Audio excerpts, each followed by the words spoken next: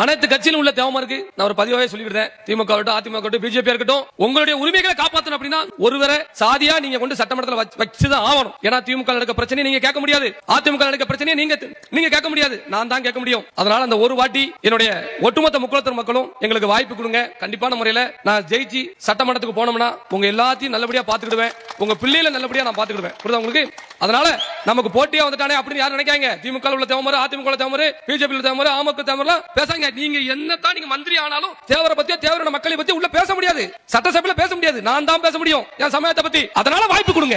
உங்களை நான் விட்டு கொடுக்க மாட்டேன். அதுக்காக நீங்க திமுக இருக்காரு அப்படின்னா நான் விட்டுவனா? திமுக இருந்தாலும் உங்களுக்கு ஒரு ஆபத்து பிரச்சனை நான் தான் குரல் கொடுத்திருக்கேன், நான் தான் கொடுப்பேன். புரியுதா உங்களுக்கு? நாங்க விட மாட்டோம். அந்த பிஎம் மீட்டிங் வந்து இந்த சமூகத்தின் நலனுக்காக. அதனால எந்த கட்சியில இருந்தாலும் உங்களுக்காக நாங்க வருவோம், மாற்றுக்கத்தில். ஆனா இந்த ஒரு வாட்டி எங்களுக்கு வாய்ப்பு கொடுங்க. நாங்க 234 தொகுதி எல்லாம் கேட்கல, ஒரு இடம் கொடுத்து எங்களை சட்டமன்றத்துக்கு அனுப்புங்க. அனுப்பிட்டீங்கன்னா உங்க எல்லாருடைய உரிமையும் நாங்க காப்பாத்துவோம். அதுல மாற்றுக்கத்தில்